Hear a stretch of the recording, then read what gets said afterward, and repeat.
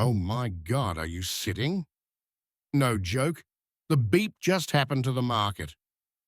Yes, it's about Trump. I'll tell you what occurred.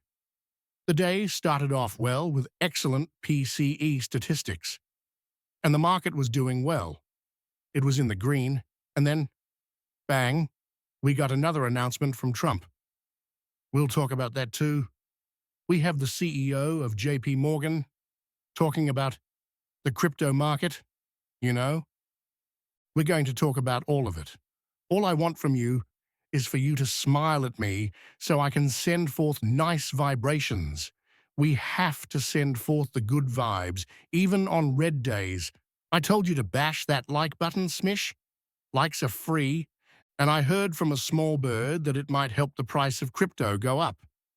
XRP is going, maybe. That's right. We aren't sure, so it might harm to attempt. Wink. Of course, there is no connection between the two.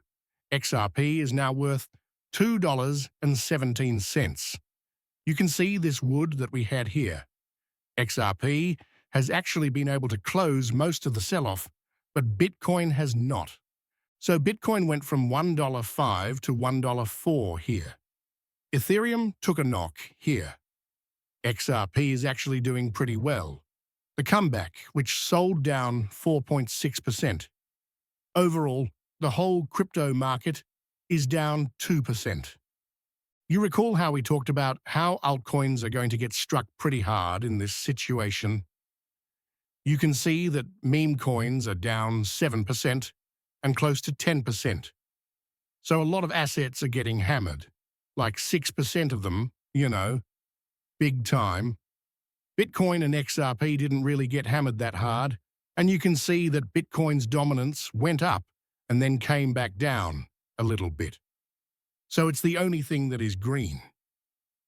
63%. The day did start out with some positive news. The PC index, which the Fed uses to measure inflation, was actually lower than predicted, at 2.1 instead of 2.2. That was a good thing, okay? The information is good. The headline PC saw its lowest level in 7 months, and the markets were doing well. Yes, we were seeing a low Bitcoin, and it was still down. It wasn't too bad. The stock market was fine. Is that right? It was in the green.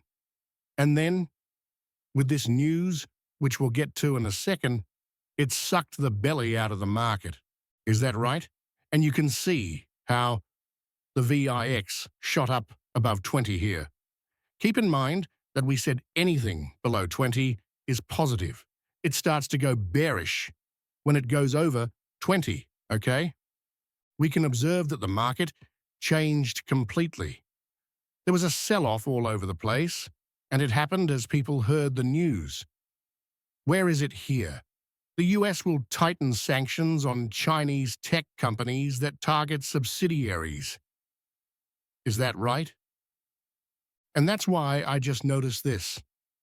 Hey, Grok, talk to me like I'm a Jamaican. And it says, you owe me, brother. This is what the US sanctions are all about. No more Jamaican accents from me. That was really horrible. I'm sorry to everyone in Jamaica. So we saw, and of course that, which led to a lot of liquidations. You can see that in the last hour, 85 million Bitcoin and 35 million Ethereum have been traded. XRP is only worth about $2,800,000. That just isn't a lot for XRP. It seems like XRP wasn't that leveraged up, though. And the biggest one was someone on OKX who lost $12,740,000 at 850. We'll get to our whale, James Wynn, who we've been talking about. He closed his position, then opened it again, and now he has a little more left. We'll talk about him in a minute. So, of course, you should watch all the way to the conclusion. Jamie Dimon, the CEO of JP Morgan, says he is ready for rates to go up to 5%. He also agrees with the Fed's decision to hold off on cutting rates for now. Damon is getting ready for a 10-year, 10-node yield of 5%. Well, if the market keeps up with the high rates, this could hurt the crypto market's potential. A lot of people with the PCE and the good job reports, the high initial jobless claims, right? There's no reason why he shouldn't start lowering interest rates. Also, Trump wants him to, but he doesn't have to. So that's going to be a question. Are we going to see that or not? And I thought it was humorous that Miles said that Bitcoin always goes down following the Bitcoin conference. That's right. But it always does that. It may be because it's always in May, so maybe it's sell in May and go away. And then it always goes down.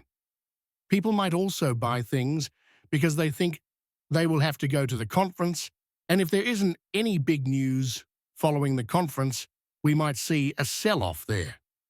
So that's what might happen. That's simply an interesting thing, I guess. And if you remember, we talked about this last night. I believed we would see our first day of outflows on the Bitcoin ETFs because Bitcoin was under some selling pressure, and Bitcoin spot inflows were negative for the first time after 10 days of inflows of more than $100 million. It looks like we might have a few bad days here before next week. It'll be fascinating to watch where this retreat ends up. I still worry about the futures, which are around the 93,000 range. I hope it doesn't reach that far, but it's possible that we will pull back. The 4-hour chart shows that Bitcoin crossed below the 1348 EMA, which is a bad sign. That's right? So we could see that this negative momentum would stay tied to 100,000. And once again, that might drive XRP up to the $2 area. So you should think about that, since it may happen. Okay? We also heard about Trump's media.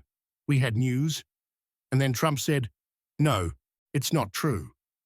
Now they have a deal to buy Bitcoin for $2,320 million and keep it as a treasury asset.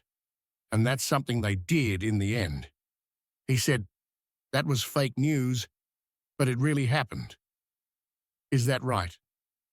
So those are things you need to know. It can go up and down in the market. This news might make the market go down, but then all of a sudden, we could go up. That Friday can be a very, very hard day for the market. The stock market still has a few hours to trade, and we might see the markets come back here. You only need to think about that. Okay? What's going on with James now? He claimed a few hours ago that he only wanted these for now and hoped Bitcoin would go down, but I don't see it. And Bitcoin did go down, but he's still on that. He put $54 million on the line, so not like the 101 million, 200 million position he had, but he's already lost 62% of it. He lost $853,000. And he started a Pepe position. It's also down by 40%. So far, not so nice. He really did shut positions earlier today and declared, I'm done. I'm done. Isn't that right? But he keeps coming back. He remarked,